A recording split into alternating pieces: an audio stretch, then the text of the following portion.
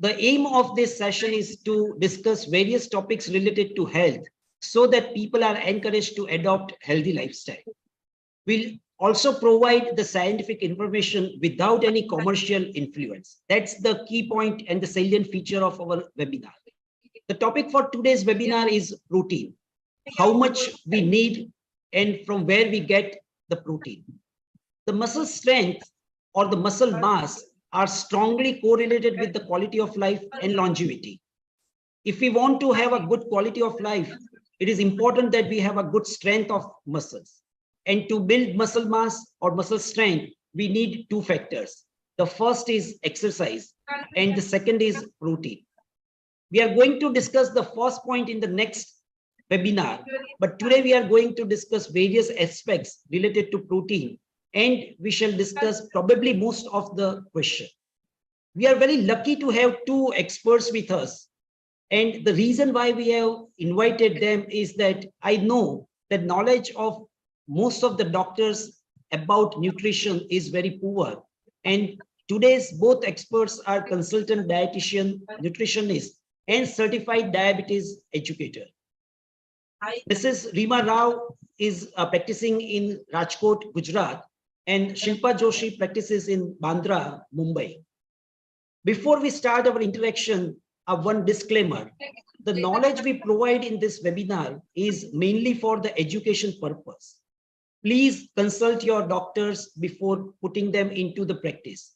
OrthoTV, our experts, and I are not responsible for any problem or complication arising using this knowledge. So with that, we start our session, and I will be asking the first question to Dr. Rima. Maharishi, can you please mute yourself?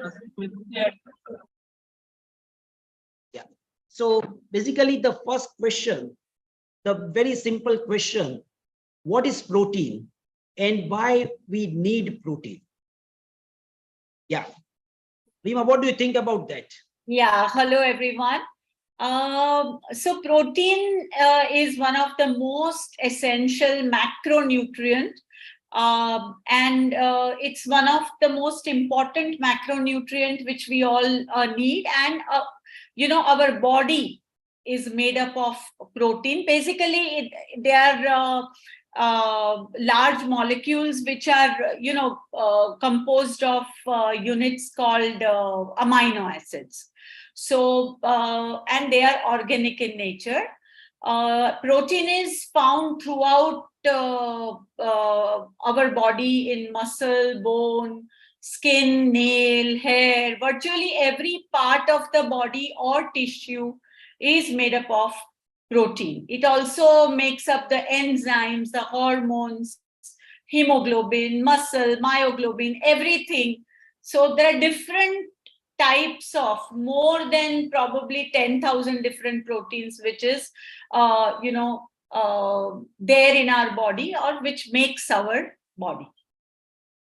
So yes, you are right. Like the three macronutrients which we have, the first is carbohydrate, the second is protein, and the third is fat.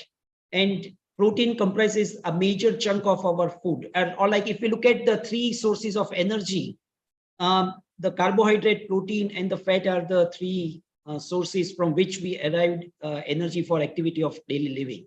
Now, coming to the second important question, and that question I would like to throw to Shilpa. What is the daily requirement of protein? How much protein we need, and how do we calculate that? So the daily requirement of protein, actually the way protein is demarcated from all other nutrients is essentially because all nutrients are hydrocarbons. They are hydrogen, carbon, and oxygen in various concentrations. But you will see how protein demarcates itself from other nutrients is there is a supply of nitrogen there. So inclusion of nitrogen actually makes protein special as compared to other hydrocarbons like fats and carbohydrates. Now, because of this, this nitrogen is very important in regeneration of amino acids in our body. So while there are two kinds of amino acids, essential and non-essential, the non-essential one, to regenerate that amino acid pool, with help of our mRNA, you really require that kind of nitrogen volume, and that is why you require certain amount of protein in the diet, coming in from diet, especially in the terms of essential amino acids, which you need to consume, which your body cannot create. And these essential amino acids are part of lot of enzymes, lot of cofactors, and so on and so forth. So this is actually the need of the protein, and therefore what is actually recommended, okay, is between 0.8 to a gram of protein per kg body weight. Now, where is this getting complicated is, say there is a person, and I think, sir, in your orthopedic practice, this is very common. Say a person is 100 kilograms in weight, okay, and has come for, say, a knee replacement. Then do you give that person 100 grams of protein? No, you don't, because that's a lot of calories there. So you start with their ideal body weight, try to achieve a gram there, and then gradually build it up as the person starts losing weight, because protein has an extremely high satiety value. So moment you start consuming protein, your need for other foods comes down, you start losing weight, and that's the time when you start appreciating protein. What we typically see, although ICMR is now recommending only 0.6 gram per kg body weight of protein as per requirement, in control of metabolic disease, and this has come through so many studies across India which have been conducted, that to maintain metabolic health, which is a problem even in children today. So to maintain metabolic health, you need about 0.8 to a gram per kg body weight of protein in people. If they are extremely overweight, then as per their ideal body weight. Okay, so that's very important. Like you said that there are two types of amino acids. So basically protein is made up of amino acids, and there are two types of amino acids. The one is essential, which our body cannot produce and we have to take it from outside. And the second is non-essential, which our body can manufacture inside and we don't rely on the outside source. So that's the first thing. And the second important thing is, like, a normal person requires around 1 gram per kilogram. So suppose my height is 5 feet 7 inch, that comes to 67, and my body weight is the same, like 67 kilogram, then I need approximately that much amount of protein, 67 gram of protein. Now the question is it the same for young person, elderly person? You rightly said that if person is obese, then you don't go for the total weight, you go for the ideal weight. Right. But if I am 60 years, in that case, my requirement is different than the person who is 30 years old. Will it be same or different? It's for me, it's for Rima. Yeah, like say, who would like say, you can answer that. So again, sir, we just don't look at the age. We look at many other factors. So one of the most important, just before we began this program, we were discussing proteins, and tolerability of protein is a very big question. So while a 30-year-old can tolerate protein, because proteins are hard to digest, 60 years old perhaps cannot. And if we give protein, Rima will agree with me, if we give dal 1 extra katori to a 60-year-old person, first thing they will say is, Madam, gas hota hai, mat do. Correct? So that's the problem. So digestibility is an issue. But more than that, I think what is very important when you're giving to somebody older, you're looking at their complete profile, especially renal profile. So if their creatinines are normal, if their other factors are normal, there is no problem in giving them a gram per kg body weight. It actually prevents the lean mass, because we know that as we age, we get more and more sarcopenic. So it's a great thing. But at the same time, we want that 60-year-old person to walk and to do some strength or weight bearing exercises, which typically in Indian scenario, once you turn 55, you sort of don't stop doing everything which is productive. And if that is the problem, then there is no purpose of giving a gram per kg body weight of protein. So two factors I think which are important is activity, and second part is how are the renal functions. If renal functions are normal, then there is no point. And I'll also add to it that, see, after all, proteins are going to give energy. They are going to give calories. So if a person is not active, then it's going to add to the weight rather than helping the patient to lose weight. So it depends on a lot, and all these. So we need to make the diet very personalized. It depends on the activity, it depends on the metabolic function, it depends on the health status of that particular person. So we cannot just say that, okay, 1 gram per kg body weight and we give it to everyone. Okay. Now, I just would like to understand, because there is a lot of controversy and like every literature has a different amount. So how this 1 gram per kilogram has been derived? Any idea about like how this was decided and how it was calculated? Actually, it's very interesting because it all started during the Second World War. All these, recommendations, recommended daily allowance and all that. So around between 1936 to 1941, all this, there was a guide for advising on nutritional problems for the soldiers, for the people working in the defense. And that's how, these standards were then kind of, they stayed, and they started using it for the normal nutritional allowances. But as the scientific knowledge also increased, a lot of research took place, lot of science, advances in the science came up, and then they started adding more nutrients to this RDA. Otherwise, it all started with the proteins. So basically, this was started at the time of Second World War. Yeah. Now, that is almost now, I would say 60, 70 years old thing. More than that, yeah. Our diet has changed significantly. Our lifestyle has changed significantly. So do you think that current situation, the current lifestyle requires a different amount of recommended dietary allowance than the one which was declared in the Second World War? Yeah, I think so, because see, you can use the RDAs as guide, but not, take it as, hook, line and sinker like that, because one thing is, a lot of advances have taken place, and now there are a lot of other nutrients also involved. There are so many, there are so many nutrients which aid in the digestion, which inhibits the digestion and absorption. So we need to figure out that also. So how much is required that way?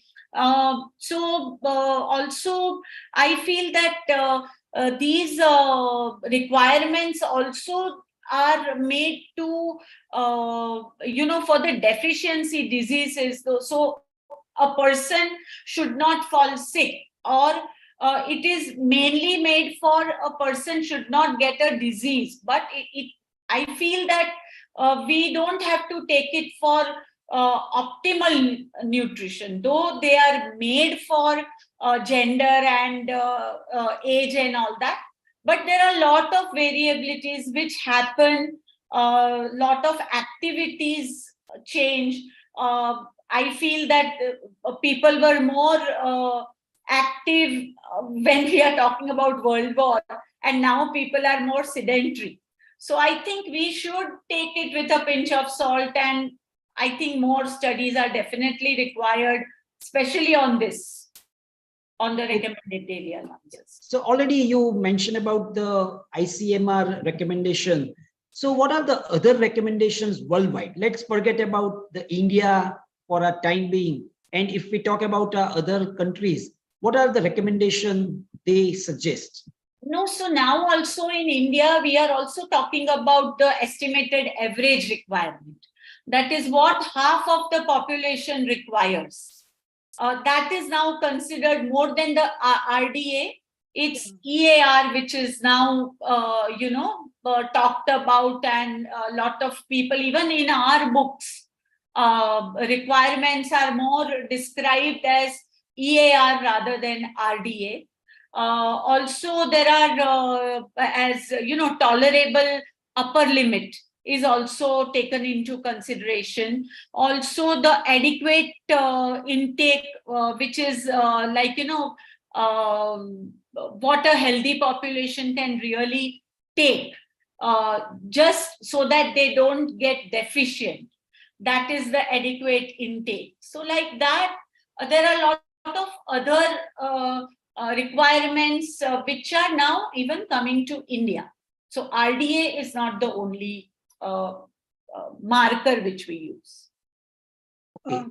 My understanding is like most of the Indians, particularly those who are vegetarian, they are not getting adequate protein, because I'm vegetarian and I try to calculate my protein requirement, and I realize that it's not coming to 1 gram per kilogram. So what are the other symptoms? Like if we want to say to someone that if you are taking low protein, they would ask what problems I'm going to face. So what are the problems which a person can get because of the low protein intake? Yeah, Shilpa, would you like to say your views about that? So low protein intake in today's day and age, post-COVID, I think immunity is something which was never spoken about as much as immunity is spoken about today. So today, everything is about immunity. So I think immunity, the basic marker would be protein, because we know all our antibodies and white blood cells, they are basically proteins. So protein is very, very important for that. Also, like we have been speaking since the beginning of this program, sarcopenia. So to build a muscle mass, like you rightly said, exercise is important, but post-exercise, replenishing the muscle mass, protein is very, very important. If we look at slightly deviate and we look at all the metabolic issues, to keep your blood sugars in control, and I can, that is something which nowadays everybody is talking about. Proteins are extremely important. So you will see your blood sugars doing very well when your diets are rich in protein.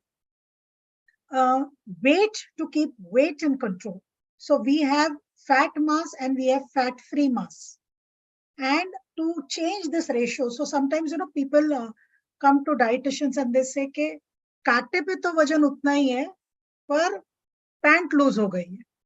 So this is when your ratio of fat-free mass to fat mass changes. And I think protein has a very, very important role there.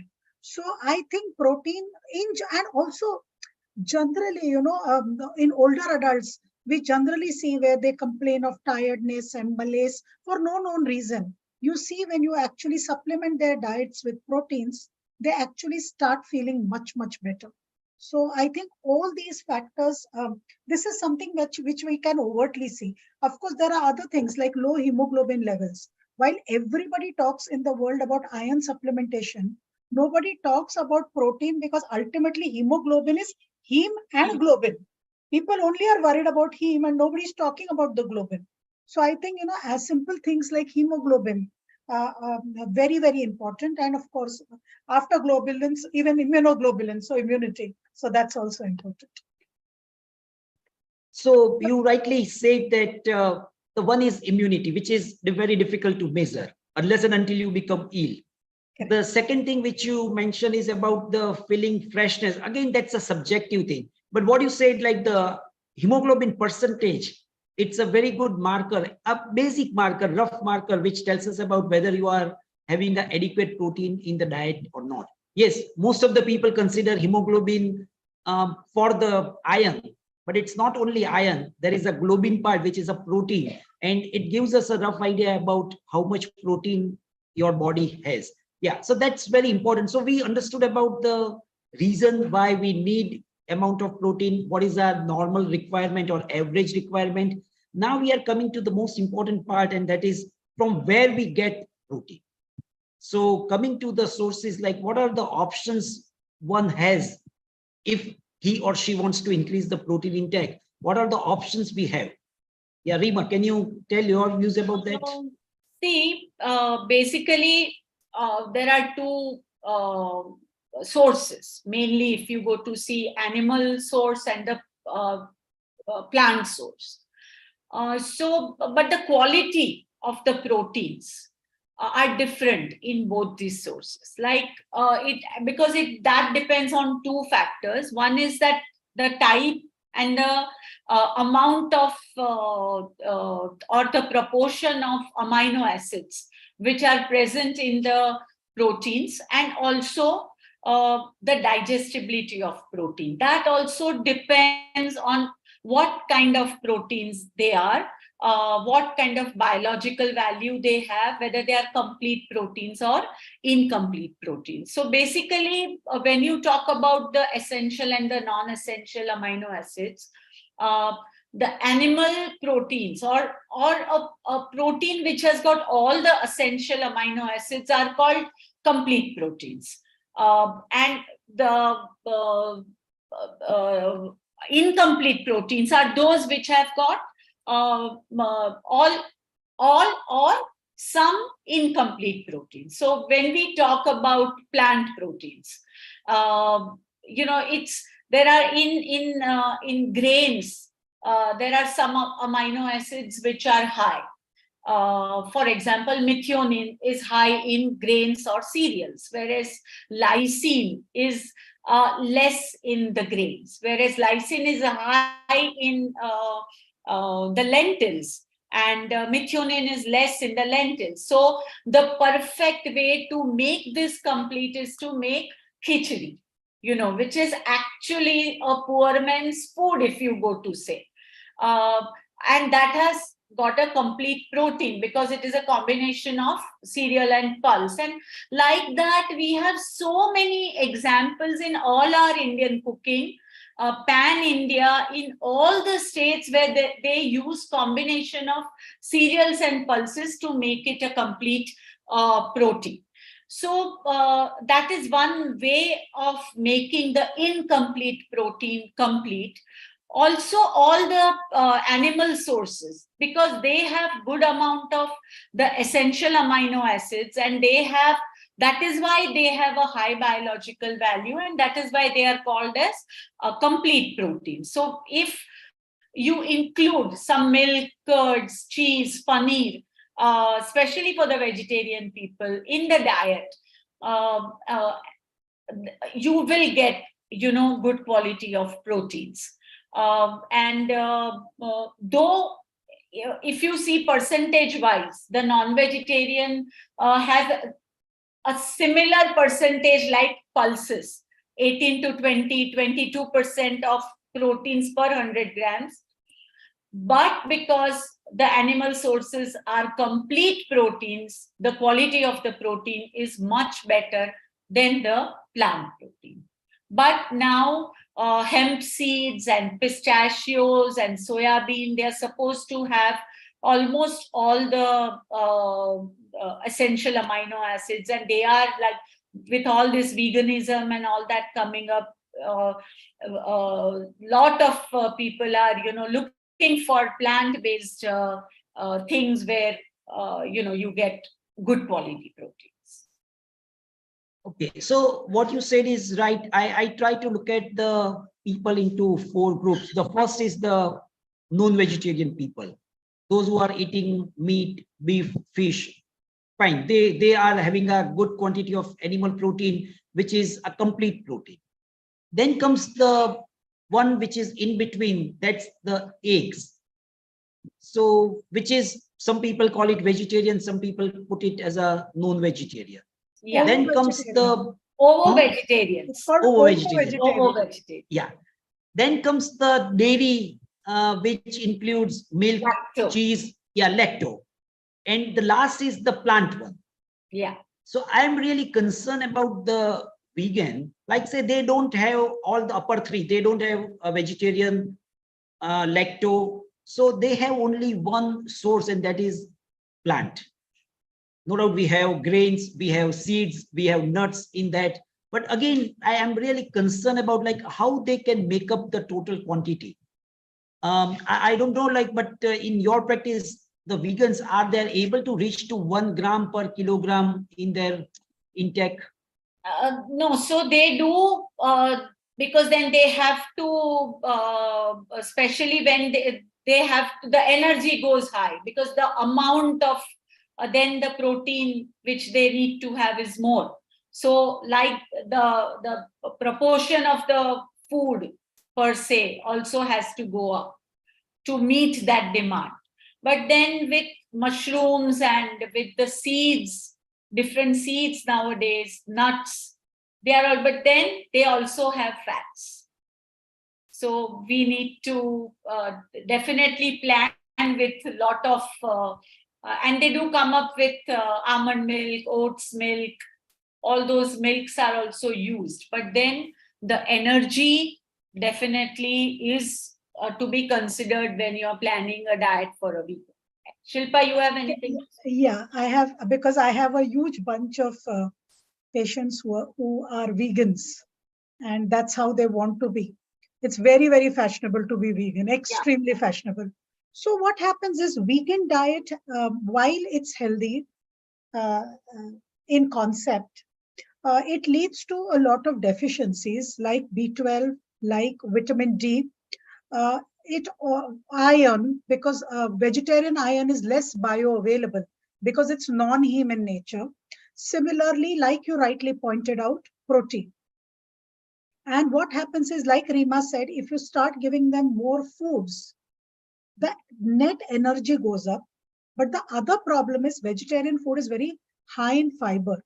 And therefore, there is an upper limit to what you can eat. You can at a time eat 8 or 9 eggs, but you can't eat 8 bowls of dal. They're two different things. So, although the protein content is similar. So, a lot of times in vegan diets, like we supplement iron, B12, vitamin D, we also supplement them with vegan protein, which are isolates in nature. So there is no fiber. It's all extruded. Fiber is removed so that the bulkiness of the protein goes away.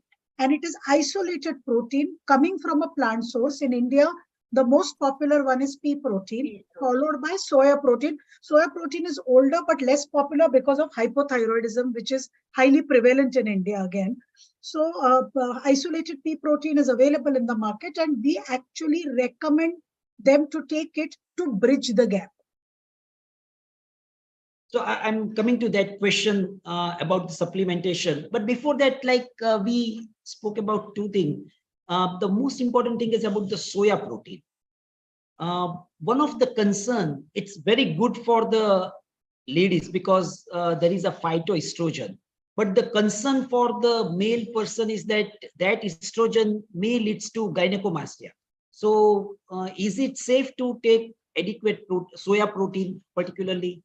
Yeah, I mean, there is no data. There is not even, say, 4 or 5 published papers which says that if men have soy protein regularly, it is leading to gynecomastia or prolactinoma or nothing of that sort. And there are cultures across the world. For example, Chinese people have a lot of soya as part of their traditional food. Japanese people have like tempeh and all, everything is soy. They have edamame beans, which are raw soy. And there is nothing happening to men there. I mean, they're fine. So I think, and also, sir, one has to remember that phytoestrogens are very weak estrogens. I mean, in a menopausal woman, even if you give her liters of soya milk, the hot flashes reduction is hardly 1%. So unless you give concentrated phytoestrogen, which are available as tablets, so which they are concentrating it from a source. So probably they are taking 100 grams soya and isolating the phytoestrogen and making it to a tablet and giving to reduce hot flash. But if you're going to drink a glass of soy milk or a piece of tofu or maybe soya chap, nothing of that is going to happen in men or in women. So I think it's completely safe. The only problem, I can tell you one thing, is Indians do not tolerate soya well. They get gastritis, they get acidity, they get gas, they get upset stomach, IBS-like symptoms.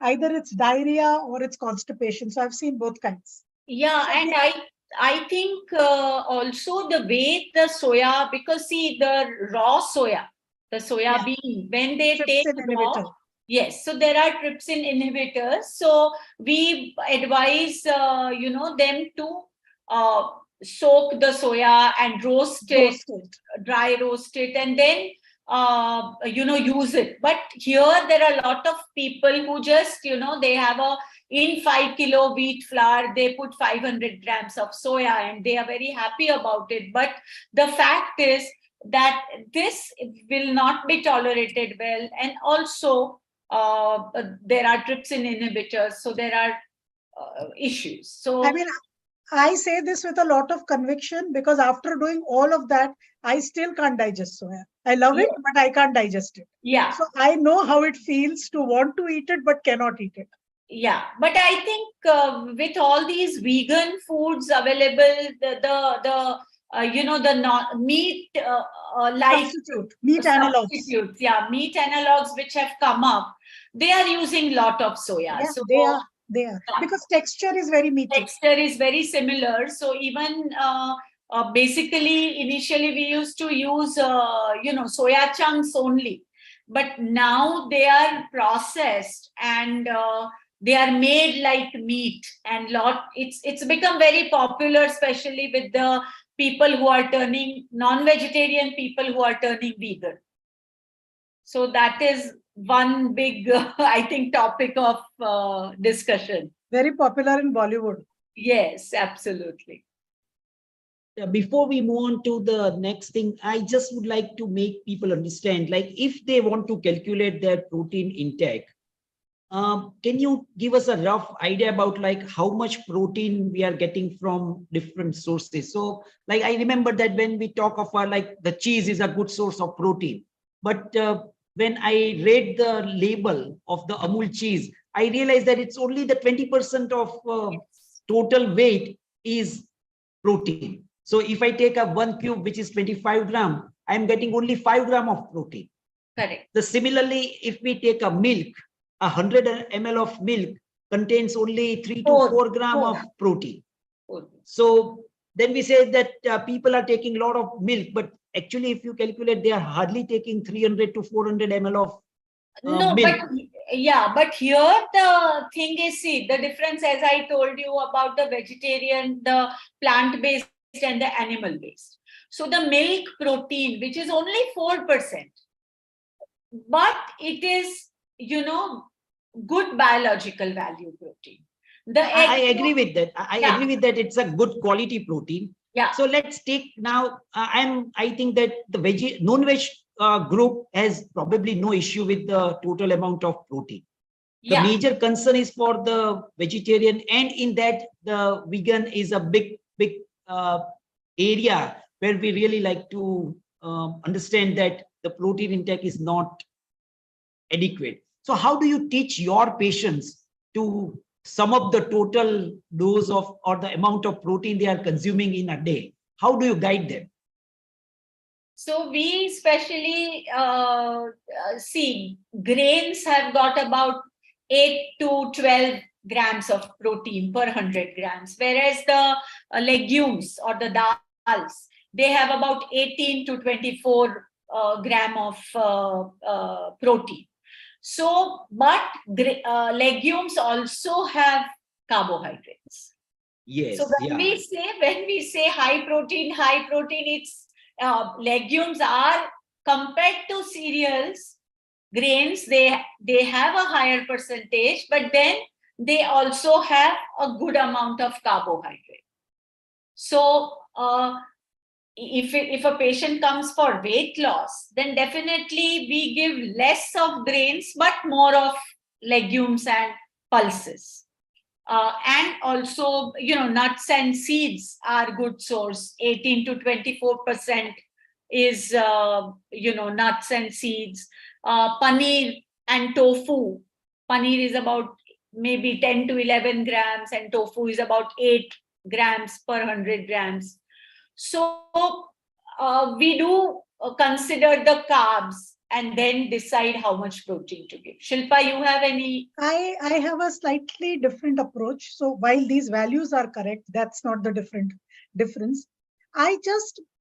With my patients, I just create protein awareness. So while, every patient who comes to me knows protein is very important. There is nobody who doesn't know that, but they don't know what to do about it.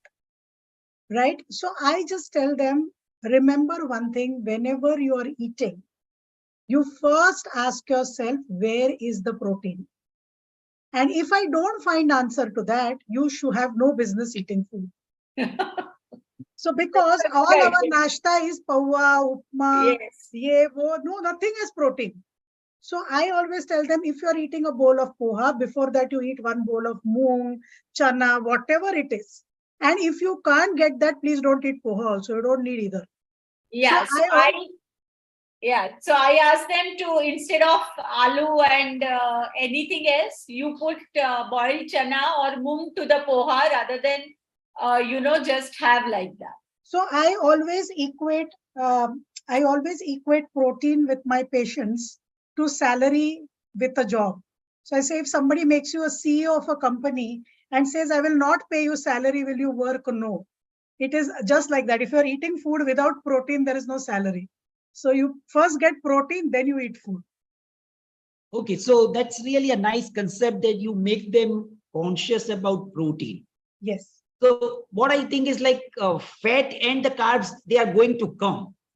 The important thing is like we have to calculate about the protein, because that's where most of the people are challenged, that they don't get it. No. Yeah, and Shilpa, please go ahead. Sorry. What I want to tell you is, when you choose a protein, before you choose a meal, you automatically eat less of carbs and fats. So the effect is double.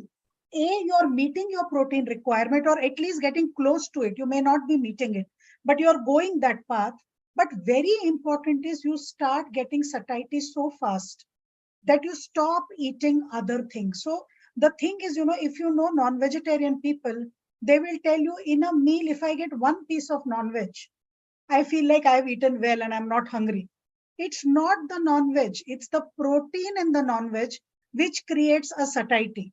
And when we eat like puri aloo, or we eat poha, or we eat upma, or we eat a bowl of kheer, we are hungry in half an hour. The reason is, your insulin goes up after eating carbs, and it leaves you hungry in 2 hours. Your sugars go down, it leaves you hungry. Whereas in protein, that is not the case. So the advantage of protein is not just to meet protein requirement. The advantage is to create satiety. Yeah, and even we really make our patients aware and also educate our patients, because for them, besan is protein. So when they tell us what proteins do you have, when we ask them, they say that we have gantia, okay, or we have dhokla.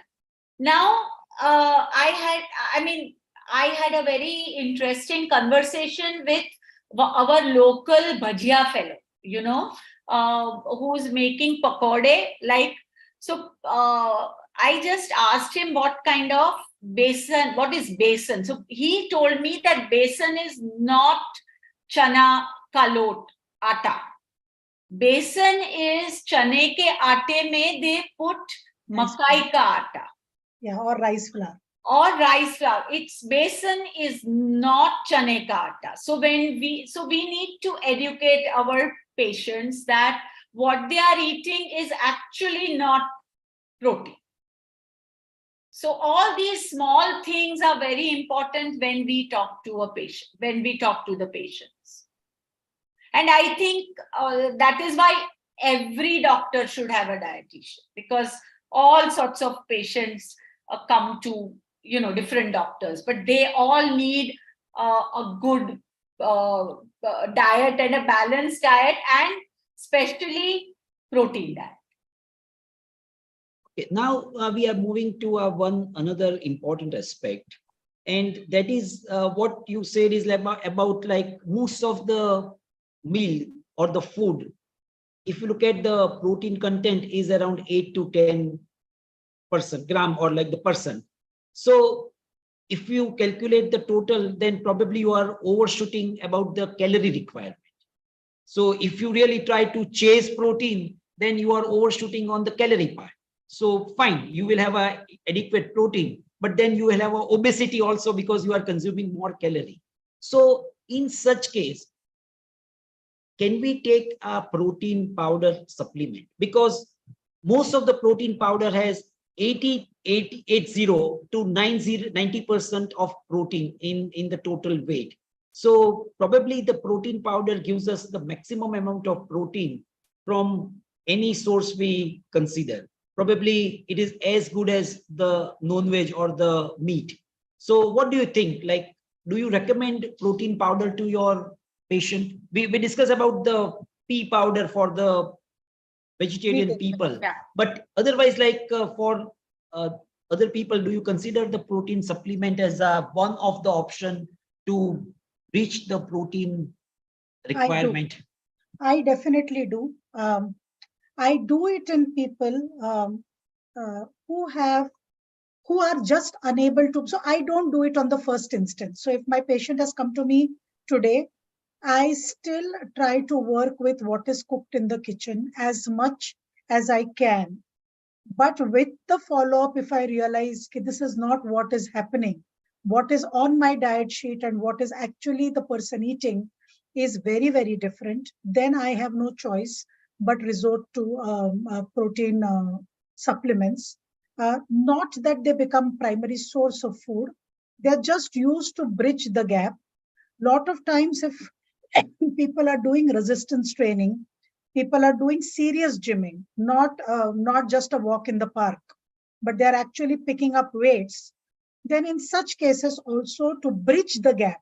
So just to achieve a zero 0.8 to 1 gram per kg body weight, or if higher body weight, then 15% of the total calories that I have planned, one way or the other, I try to use typically a whey isolate or a soy isolate or a pea isolate, depending upon affordability, depending upon what is tolerated. People who are lactose intolerant, although whey does not have lactose, they even tend to get whey intolerant. A lot of people have cow milk protein allergy and other things. So in those cases, we give them soy protein or whey protein. But yes, I do use protein to bridge the gap of protein needs.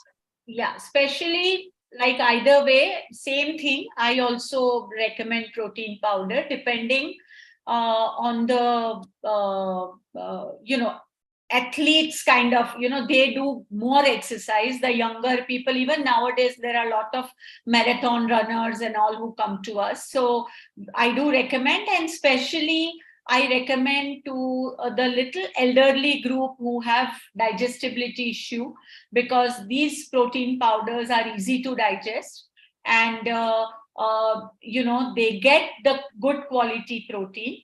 So especially in a little elderly group also, I do, and especially if they have a metabolic this thing added to their situation, added to their condition, I do recommend. Yeah. The one basic question, which I'm sure that it's very basic for you, but a lot of people, they don't know, and even I don't know much about it. What is whey? So, yeah, you want to go, Rima? Anyone, because it's a very simple question for you, but it's difficult for. So milk has two parts. So milk protein is two parts, whey and casein.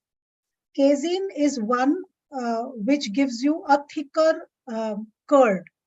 So when milk is transformed into curd, the white portion ऊपर का is the casein, and वो जो runny water नीचे होता है, जो which we typically don't have, or we put it to make parathas or rotis, that is whey.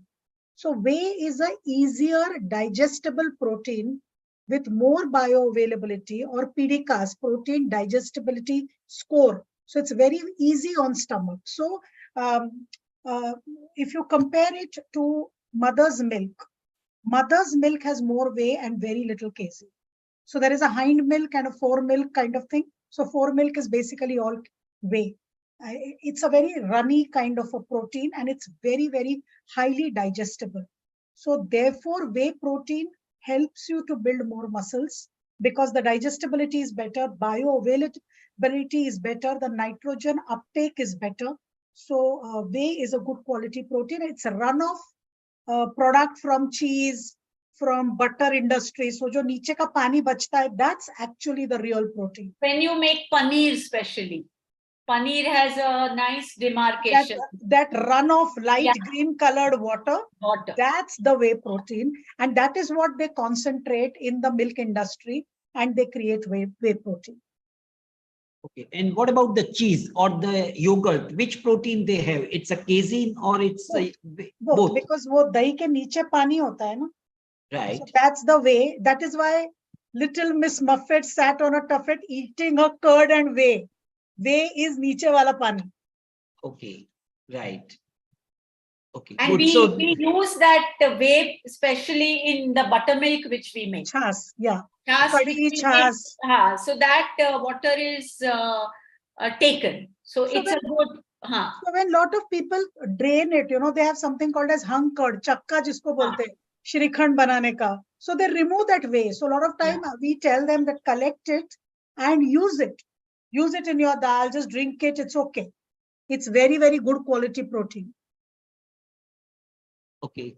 Now, coming to a slightly different area, but that's very pertinent to Indian population, that most of the Indians are obese and they have a poor muscle mass. So we call it a sarcopenic obesity, which is a worse combination because you have more weight and you have a poor muscle mass.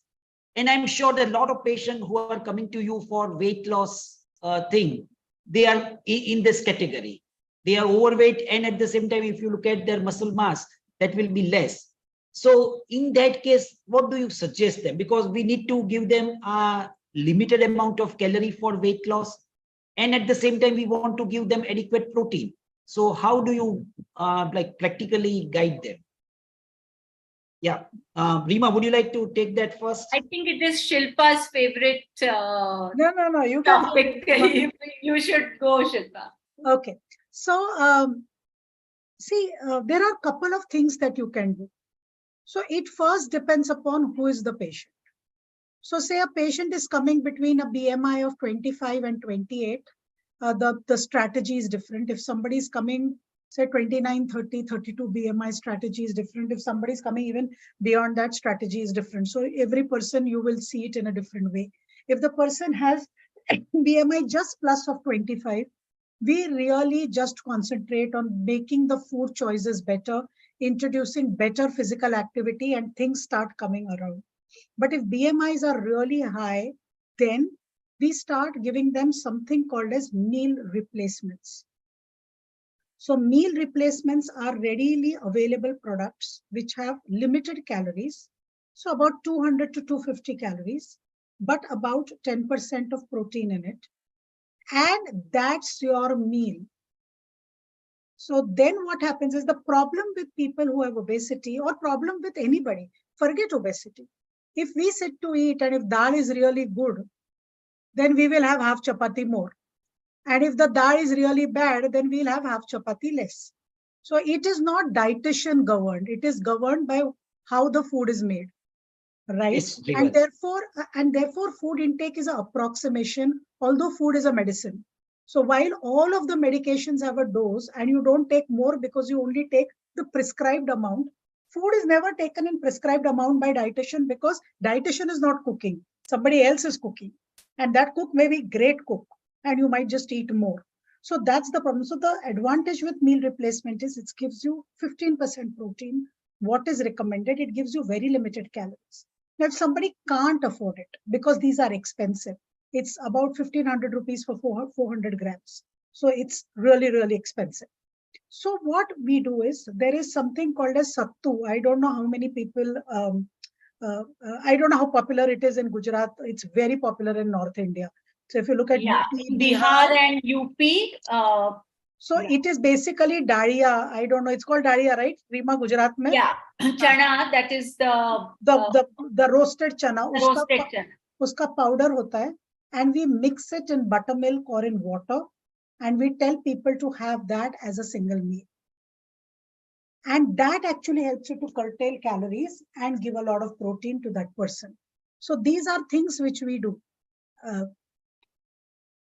Also, But, there is fiber also. Yeah. So, you We know, give fiber, yeah. Yeah. Sattu has fiber, but in Fiber, others we yeah. give salad or we give fiber supplements Exactly, and so yeah. on.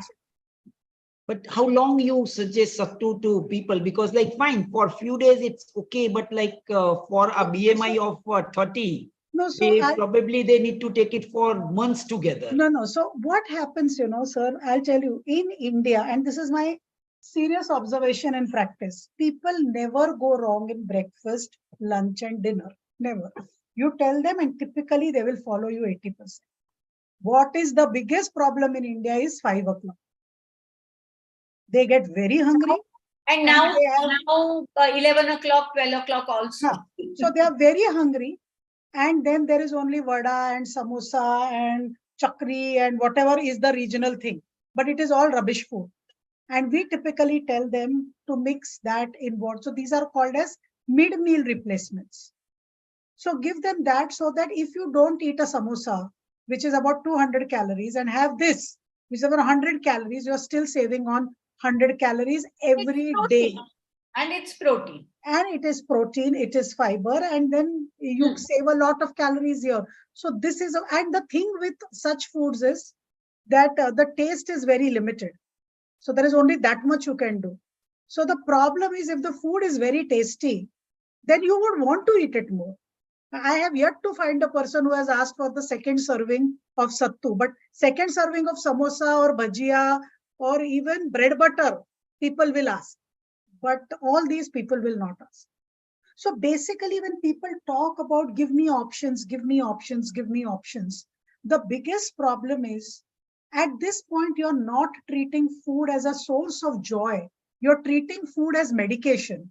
And nobody gives you an extra painkiller because you're, you are asking for it. Just because you have 104 fever, you don't take 2 Crocins instead of 1. It's medication. It has a dose and you work with it. I think just same way you have to treat food. And when you give these kind of things, then the options are limited and people really do very well. Okay. And then another question is, a lot of patients coming to us are having a hypertension, blood pressure, diabetes, or thyroid problem. So in that case, do you change the protein intake part, or it remains more or less same? Yeah, Rima. Yeah, so I think we should, we are more careful actually. When there is a added, it's not only about weight loss. When we have to give a therapeutic diet, we are very careful. And I think even protein distribution here makes a lot of difference. Protein distribution at every meal. And if there is a renal, thing involved, then still we will give 0.6 to 0.8 grams of protein. It is recommended that we give almost normal protein to such patients and not, not go, make them go on a 0.3 or 0.4 gram per kg body weight. They do require. So it depends. But I think protein distribution for these patients, because it's satiety, it is feeling of fullness, it is they don't feel hungry all the time. So I feel that when such patients come, then we definitely give good quality proteins. Along with that, protein distribution at every meal is important. I just wanted to add one point. Since all these are metabolic conditions, right? Hypertension, heart disease, diabetes, uricemia, anything you talk about, they will always do better with some amount of weight loss. And protein is one of the most important nutrient as far as weight management is concerned. So even if you're with hypertension, just hypertension, you lose a couple of kilos, your blood pressure will come back to normal. So I think this is a time when protein should be used as a sword. It should be used as the main, the central weapon, foundation, which can be done as long as we are very, very sure that there is the EGFR is normal. If EGFR has gone down, then of course we have to, I mean, you can still give protein, but it's also just that we should have a nephrologist on the team who is vouching for it. Okay, just in that relation, I was talking to my nephrologist colleague today morning, and I just asked him casually that how much protein do you recommend to your patient? Because a lot of confusion is there about the protein and the renal failure. He said that Dhiren, for a patient with renal failure, they need 0.8 gram per kilogram of protein. Correct. If you go beyond that, which is very difficult, like we already discussed, that to go or to reach up to 0.8 is difficult.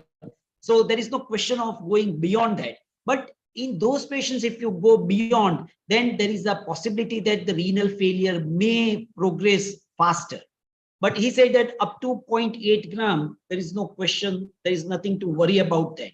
And that most of the patients are not reaching to that level also, because they have some or the other restriction. Now we are coming to the last few minutes of the session. So the first question is about, like, we have a different ethnicity, and like how do you look at the Indian and the Caucasian population differently? Are they really different, or it's just a genetic difference? Do you say from the nutrition point and all that, those points of view, they are different?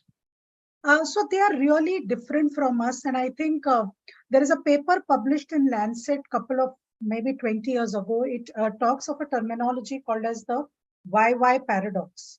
It comes from two scientists, Dr. Yagnik from Pune and Dr. Yudkin from UK. And it's because their names start from Y, it is said YY paradox. And here what they did is they both had the same BMI of 22.3. So they both did a MRI on themselves.